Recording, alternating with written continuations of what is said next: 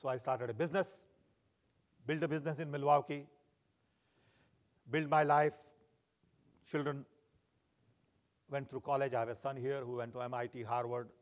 He works here in this area.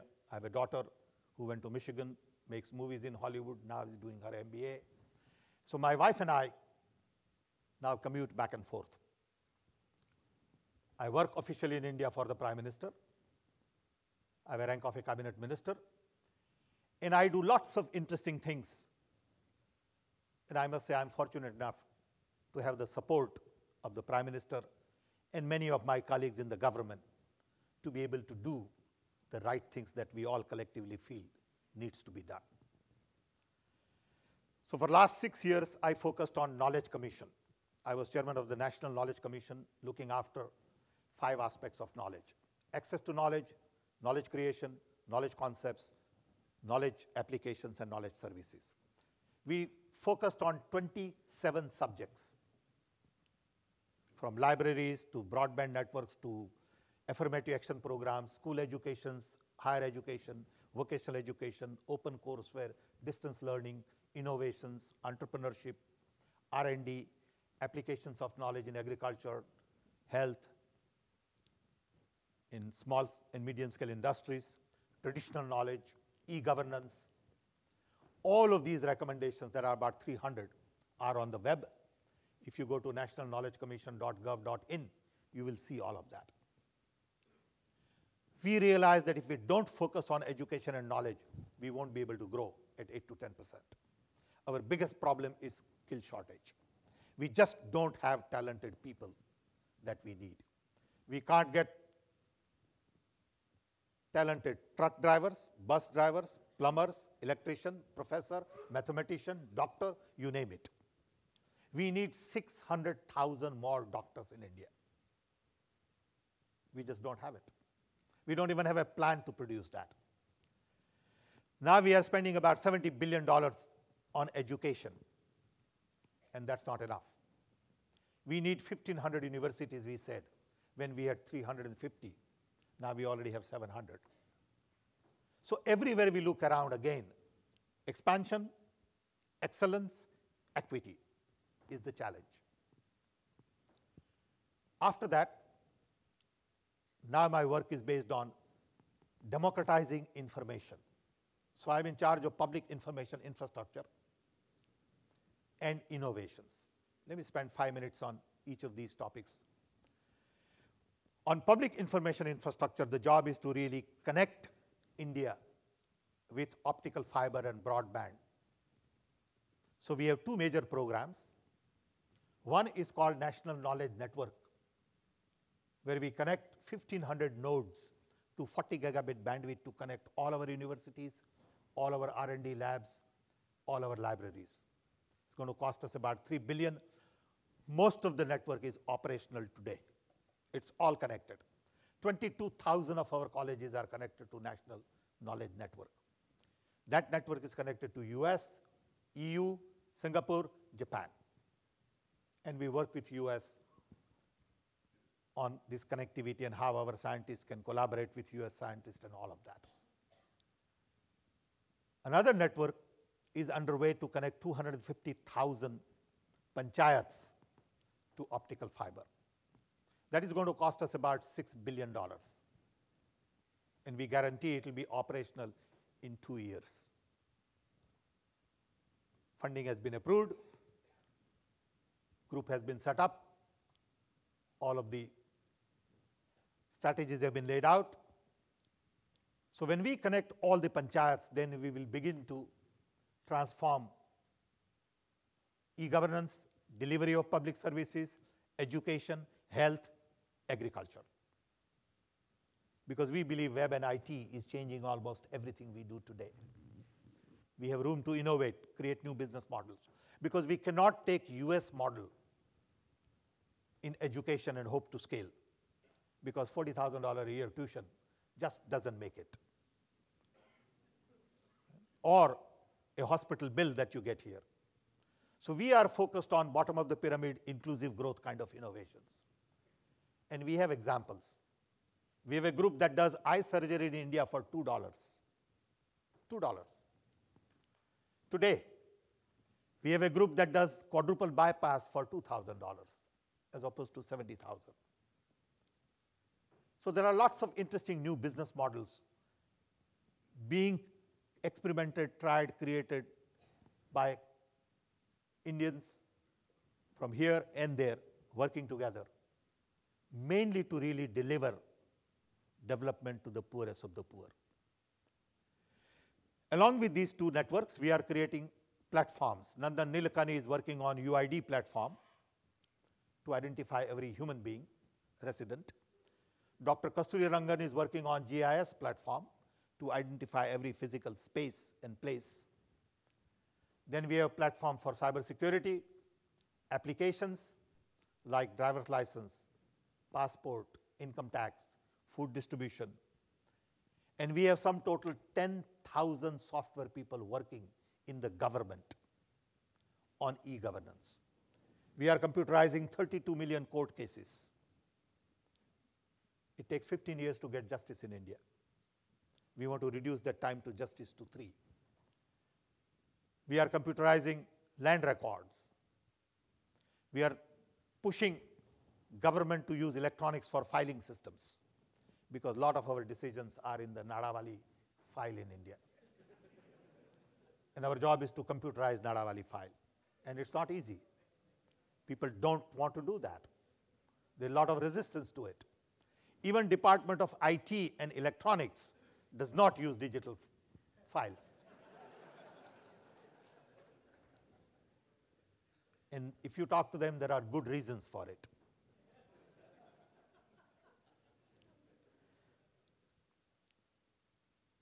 Then, by using this knowledge network, we are now announcing, when I go back, we'll be announcing Meta University, a university which connects 30 universities together, so you can take course from any university you want, which is a big idea in India, because we are so rigid in our education system, especially higher education, that to be able to take course from any university is a breakthrough. But everyone has agreed, we are going to experiment with it. So these are the kind of things that we want to do in education, health, and other areas. I also work on modernization of railways. I spent 4 months and put together a proposal to spend $200 billion to modernize railway. Unfortunately, politically, that was difficult to sell. So finally, Dinesh Trivedi, the Minister of Railway, resigned. But I believe that report will come back at the right time. I believe it has the real need in terms of what we need to do to improve transportation for the poorest of the poor. But we need $200 billion to improve Indian railways. Similarly, we are now working on smart grid. I chair a panel of smart grid task force, and we will probably spend in the next 6 to 8 months $100 million on 6 field trials on smart grid. With my colleague, Dr. V. Krishnamurthy, I chair a panel on setting up a semiconductor fab in India. We know that semiconductor fab does not make business sense because you need to spend $7–8 billion and return on investment is difficult. But again, we are not building a company. We are building a nation. And we have to have a fab. You cannot have a country of 1.2 billion without a fab. We are also working on electronic manufacturing, because today, on one hand, we import close to $400 billion worth of oil. And we believe in next 8 years, if we are not careful, we will import $400 billion worth of electronics. So we have to focus on local manufacturing. Similarly, in the next 5 years, we plan to spend $1 trillion on infrastructure. 500 billion of this will come from public-private partnership. All of these things are going on. Unfortunately, media does not report these things. Media loves gossip, controversy. So if you read Indian media and watch, sometimes you feel depressed. So my advice to you is tone down a little bit on media. Media somehow doesn't just quite get the positive story. Maybe we don't do a good job of promoting positive stories. So this is the kind of work I'm involved in. It is exciting, it is romantic, it is demanding, but I must say that there is a lot of support for good work all over in India. I was in Kerala 4 months ago. Kerala government sort of decided to work with us. I go back again on 28th, and we have a planned 10-point program for Kerala. Right from getting a train from north of Kerala to south of Kerala, which is one big strip, to waste management, to Ayurveda program. We have all kinds of interesting stuff, and we will get support from the government. If you start 10, maybe 4 will succeed. Then you start another train, maybe other 3 will succeed. Don't expect all 10 to happen all the time. And people in press immediately ask you, is your success 73% or 84%? And I say, look, I don't know. I don't measure it that way. Because I focus on doing the right things as opposed to do the things right. And there is a big difference. Today we are at a point where we begin to do right things. And young people tomorrow will figure out how to do things right. So this brings me to the issue of how can you all help? First of all, I must say, you have been helping all along, and we appreciate all the help you have given us in many different ways. There are all kinds of people from Deshpande to Patel to others who have been doing things, and these are just 2 names. I can give 50 names like this. So we thank you for all your effort, and we also know that some of you get discouraged and disappointed. I know that there is good work going on, not only in technology, industry, venture capital, private equity, banking, but also in social sector. People are investing their time and energy on education, food, health. All of that is going on. I'll give you a couple of personal examples. Samir sold his company, made fair amount of money, and talked to me, and I said, Samir, I need 3 years of your life. But you won't get paid. You'll spend your own money. You won't have the success rate that you're used to. But it'll be romantic. Come join me. Samir came there for a few months.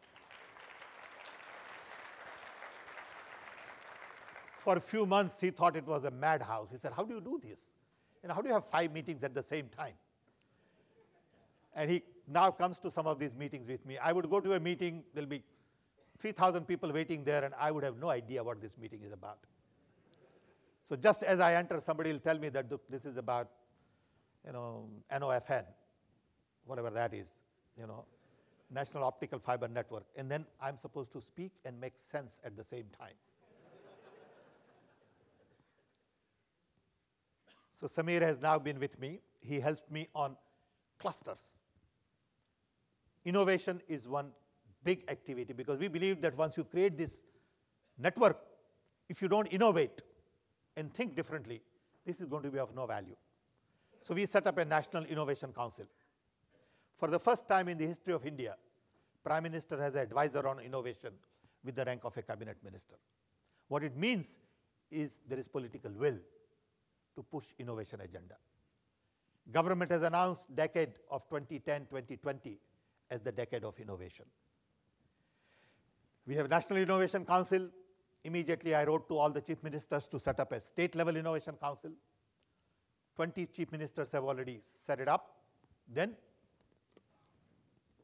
we have sectorial innovation councils. Biotech, nanotech, wireless, diabetes, cancer. In each of these sectorial councils, we have domain experts. They are given opportunity to go debate, discuss, and prepare a blueprint. Then we have set up a $1 billion fund, venture fund, to run on a commercial basis to seed innovations that help bottom of the pyramid. That fund will be operationalized by July.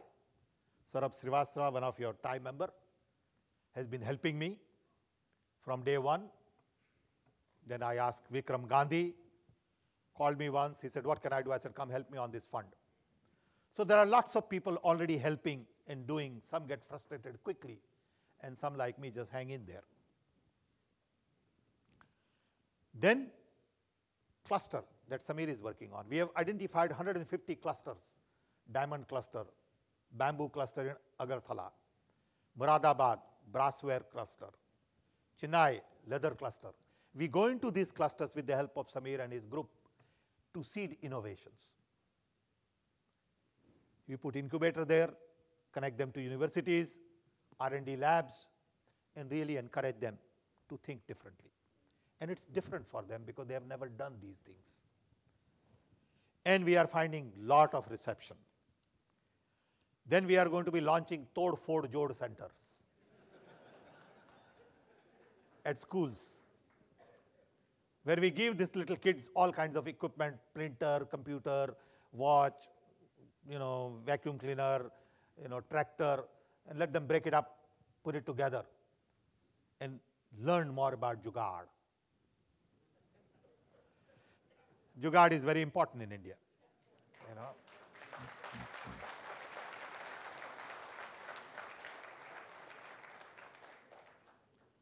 So when we think of all of these things, I can't help but remember that not too long ago we had 2 million telephones. It used to take 15 years to get telephone connection. I was telling somebody at lunch today that there was time when I was on a flight in '89 in India. On the flight, there'll be a line of 10 to 12 people with their application for telephone connection for me to sign. People used to call my office and figure out that Sam is flying from Delhi to Bombay. They'll take that flight.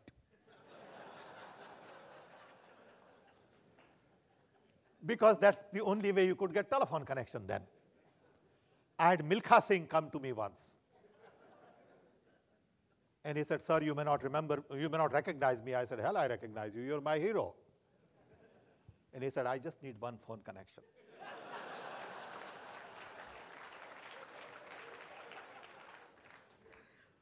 I had a bunch of Swamis. Let me tell you this story. And they were calling my office for a month, and finally Sujata, my administrative assistant, gave them an appointment. And I was worried. I said, if I have been photographed with a bunch of sadhus, they'll say, is this what Pitroda does? So I didn't want to give them an appointment. Finally, they come in. And I must tell you this little story. So they come in my office, and I said, namaste. And I said, what can I do? He said, aapki aankh mein bahut tej hai. So I knew that there is an issue here. So I said, but what can I do for you? He said, nothing. We have just come to say hello to you. I said, okay, then. And he went on, and after about 5 minutes, I said, look, I have another engagement, So then he did little isara to the guy who had a briefcase, and he pulls out telephone application. So he said, we need 2 phones in the temple. I said to Swamiji, I said, you should have just sent somebody and told me. He said, no, but we were told that unless we come to you personally, it won't happen. From there, today we have 800 million phones.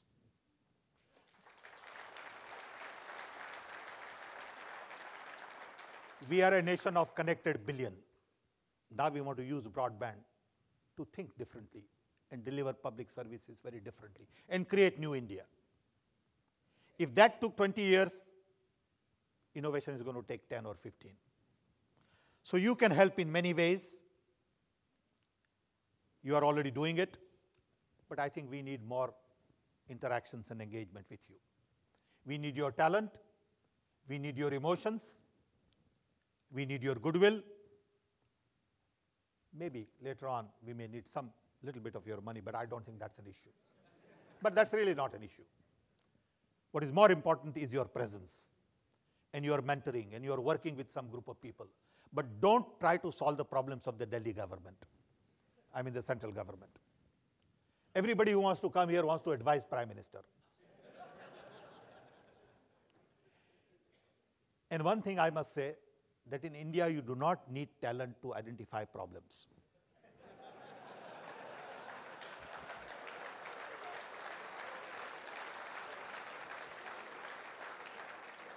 So please don't identify problems. We know all the problems.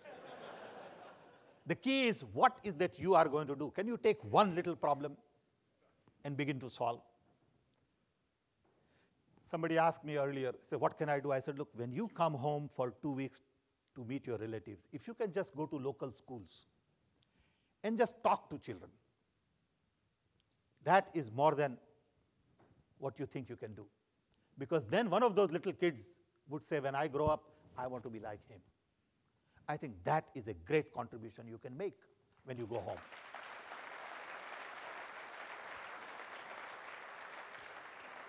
But how many of us do that? How many of us go back to our childhood experiences? How many of us go back and meet young kids, work with them? You can be on the board of small companies, but everybody wants to be on the board of Tata. That's not possible. But there are lots of little companies with 10 people, 15 people in small little second-tier, third-tier places. They have no connection like you have. They would be happy to put you on the board and be their advisors. Samir is doing some of that today. So I think there is no end to what you can do. You can get connected with universities. You can give lectures. You can teach for a week or 2 weeks. I know I've taken too much of your time. I was given 30 minutes. I've used up more than that. But I don't get audience like this too often. So thank you. Thank you very much. And I believe we are going to have some interaction.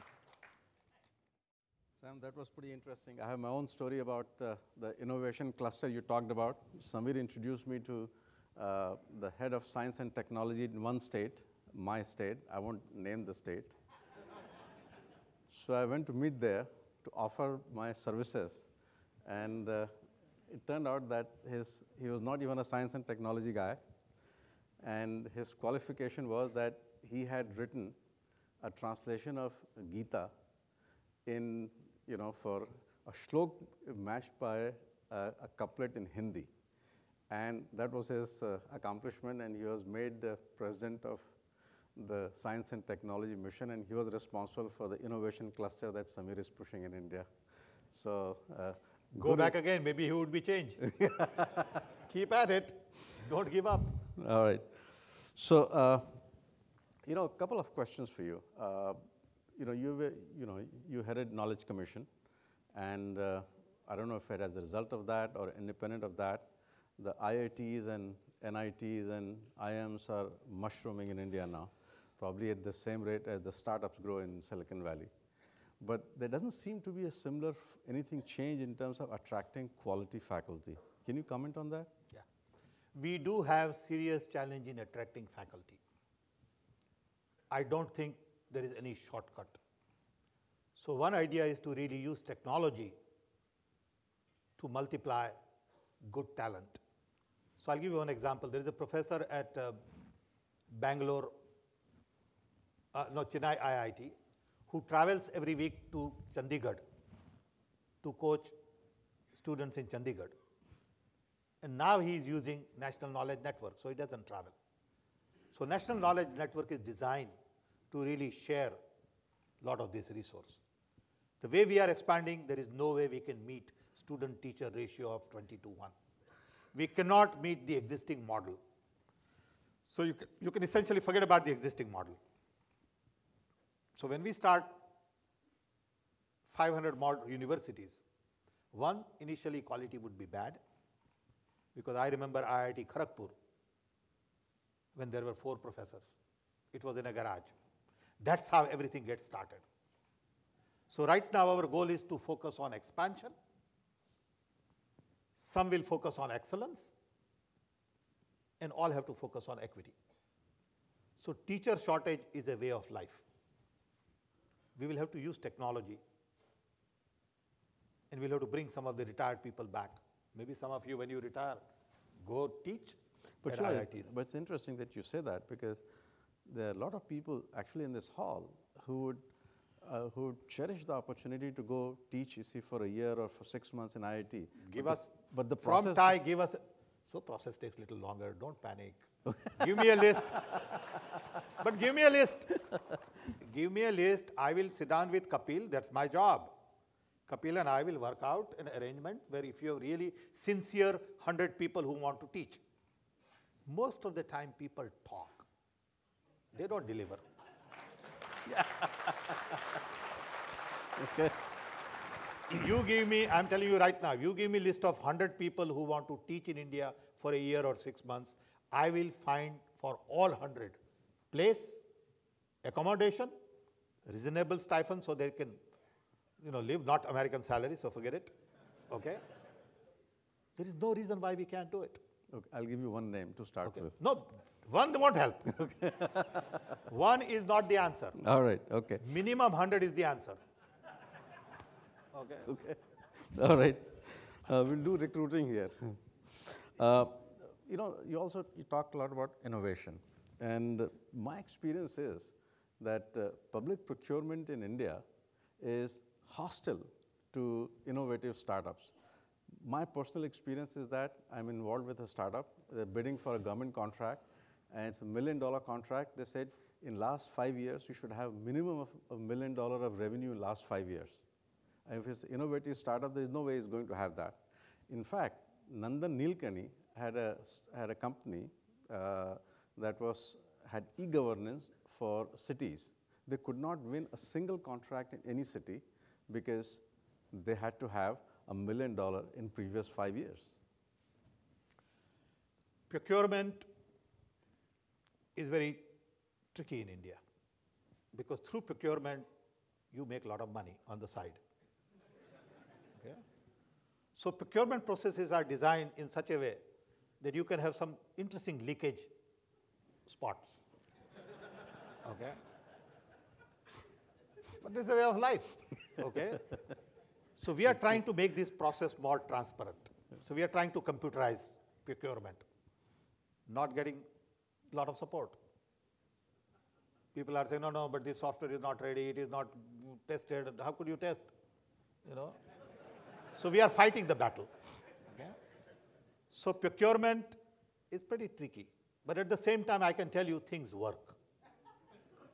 Okay? Things work. Somehow it happens. I know about the software we are talking about on urban development. It has been tried in many places. And I told Nandan, if they don't buy it, just give it to them. Then things will happen. And then they'll buy the modifications. Okay? Just solve the problem. I want to re-emphasize, identifying problems in India does not require talent. We all know the problems. What are we going to do with each of these and how are you going to solve it? And on each, you may need a lot of effort. You can't say once I went there and the guy says no. Of course he'll say no, because he wants you to go away. But if you appear every day, then he'll say, this guy's not going away, I better do something. I tell you, that's what happened in telecom. Okay? I must tell you, I spent 4 years, 2 weeks in Chicago, 2 weeks in Delhi, every 2 weeks at my own expense. No task, no nothing, from 80 to 84. By 84, people figured it out that this guy is not going away. Okay, so you better do something with him. Then the question was, what do you want? And I said, nothing. And nobody would believe it. They said, there must be a catch.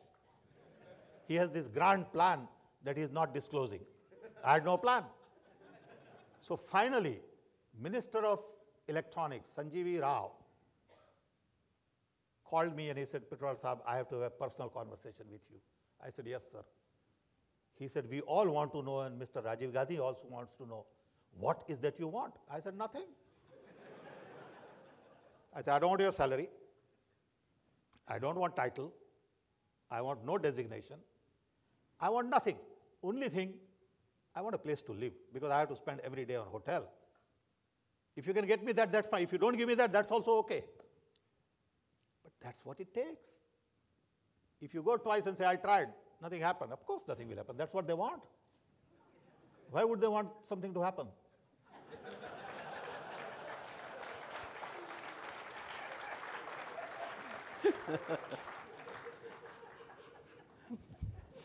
All right.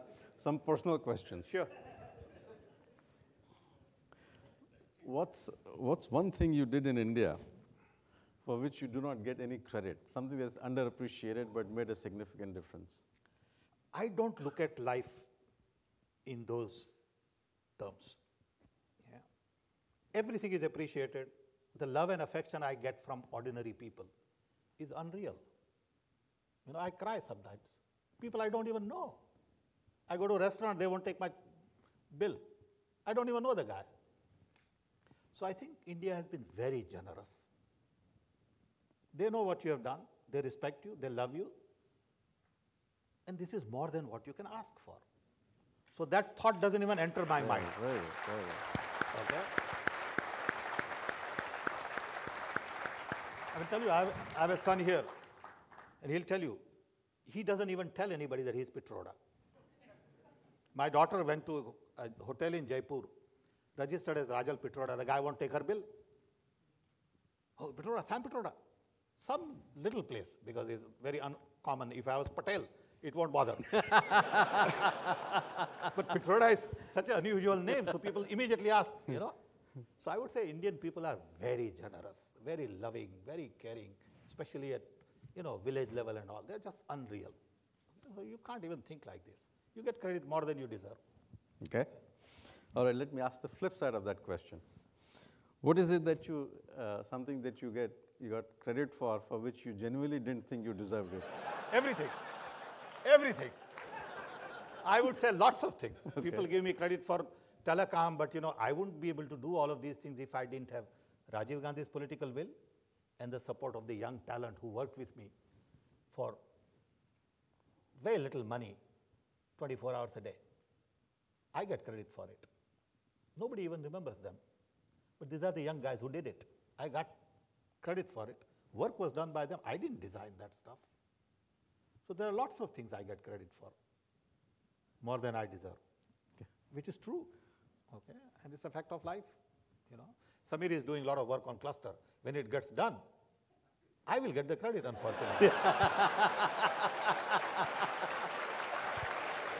It's true. But what can I do? But what can I do? I can't do anything because that's how people remember that dadi wala, lamba, long hair wala.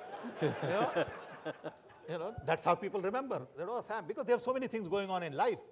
You know, they remember this sort of, you know, long hair and beard guy, old man. You know, and they assume that I get everything done. I don't. He knows it.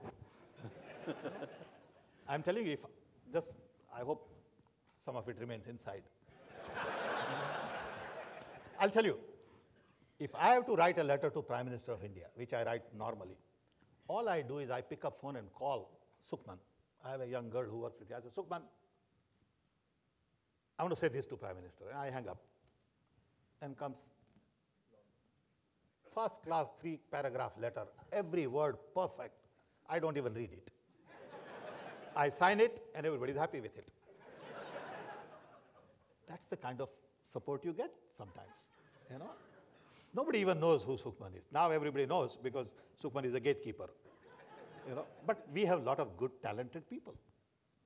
But in the job you are in, you get credit for a lot of it, you know. But that's okay. Don't worry about all this credit business. All right. All right.